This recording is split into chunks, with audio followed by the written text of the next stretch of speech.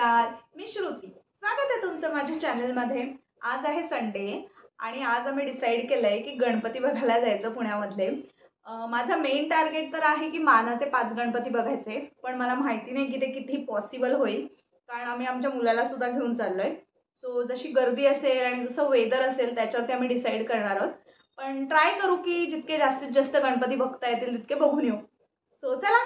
पुण्याचा ग्रामदैवत आणि मानाचा पहिला गणपती म्हणजे कसबा गणपती. यावेळेला त्यांची थीम होती बल्लाळेश्वर पाली मंदिराची. मानाचा दुसरा गणपती म्हणजे तांबडी जोगेश्वरी.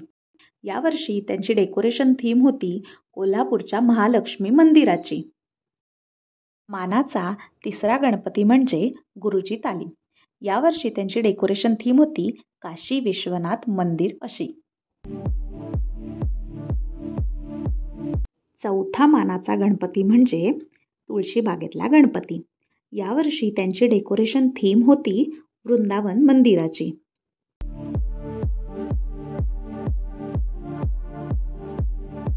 थोडे दमलो होतो आणि तुळशीबागेत होतो म्हणून मग आम्ही गेलो कावरेमध्ये.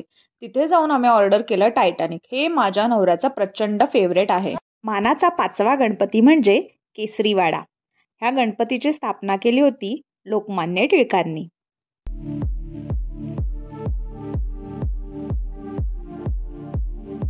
मग आम्ही जाऊन पोचलो मंडईच्या गणपतीला.